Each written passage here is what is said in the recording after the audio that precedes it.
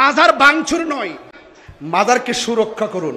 লাগাতারে যেইভাবে আগুন দেওয়া শুরু করছেন, ভালোই তো শিখছেন। যে লোকটাকে পিশাব বানাইছেন, এই বেটা এই পিশাব আপনাকে নিয়ে যাচ্ছে কোথায়? জাহান্নামের দিকে। তাহলে খুব দ্রুততার সাথে এই পিশাবকে 3 তালাক দেওয়াটা আপনার জন্য ফরজ। আপনি হুজুর, আমিও হুজুর। আপনার কাছে ফতোয়া দেওয়া, আমার কাছে ফতোয়া শোনা, আমার কাছে ফতোয়া দেওয়া, আপনার কাছে ফতোয়া শোনা।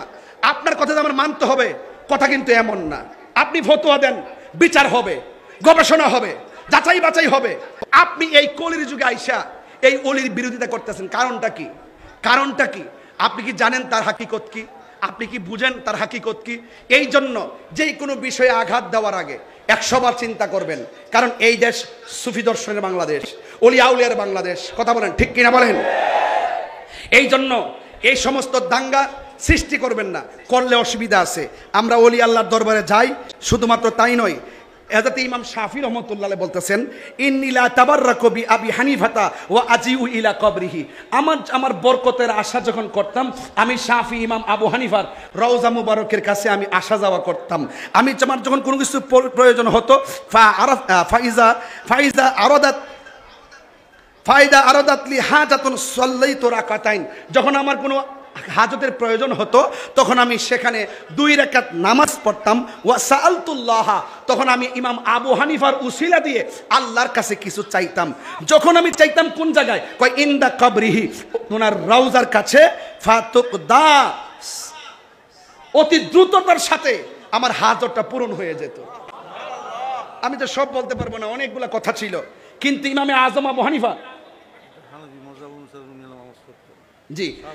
এবং সুতরাং তাইলে আমরা ইমাম যদি 4 ইমামদের দর্শন, 4 তরিকার 4 ইমামের দর্শন, 4 মাযহাবের 4 ইমামের দর্শন, 4 সাহাবায়ে খোলাফায়ে রাশিদিনদের দর্শন, সমস্ত দর্শনগুলো যদি আপনি একত্রে একটা মেকানিজম করতে না পারেন, খণ্ডিত অংশ নিয়ে আপনারা কিছু হইলে তো সহিহ বুখারী দলিল দেন, বুখারী শরীফে আসেনি, বুখারী শরীফে আসেনি। তো ইমাম বুখারী রহমাতুল্লাহ আলাইহির উসিলা ধরে ইমাম শাফিঈ যখন চায়, উসিলা ধরে আল্লাহর কাছে বলে, তিনি বলেন যে আমি যখন এই উসিলা ধরি তখন আমার দ্রুত আমার সেই উসিলাটা, আমার প্রার্থনাটা কবুল হয়ে যেত।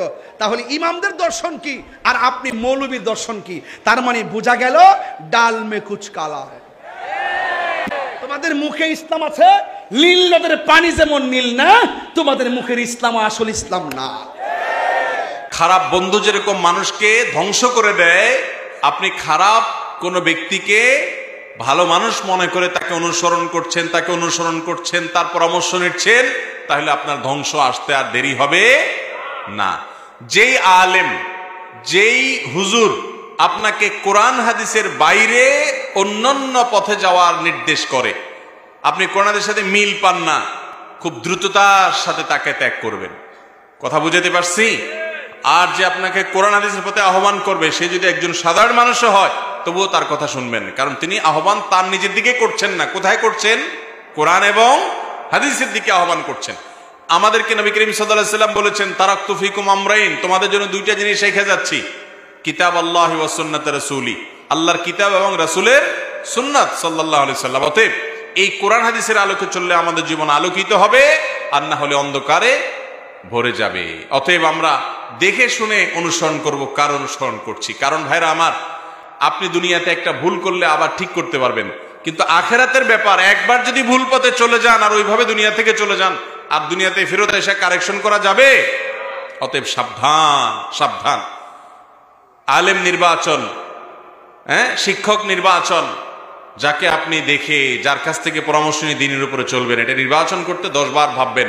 আমি প্রায় সময় বলি, ভালো আলেম চেনার উপায়টা কি? ভালো ইমাম, ভালো আলেম, ভালো হুজুর চিনবেন কিভাবে? আমি বলি 3টা মার্কা আছে। কয়টা মার্কা?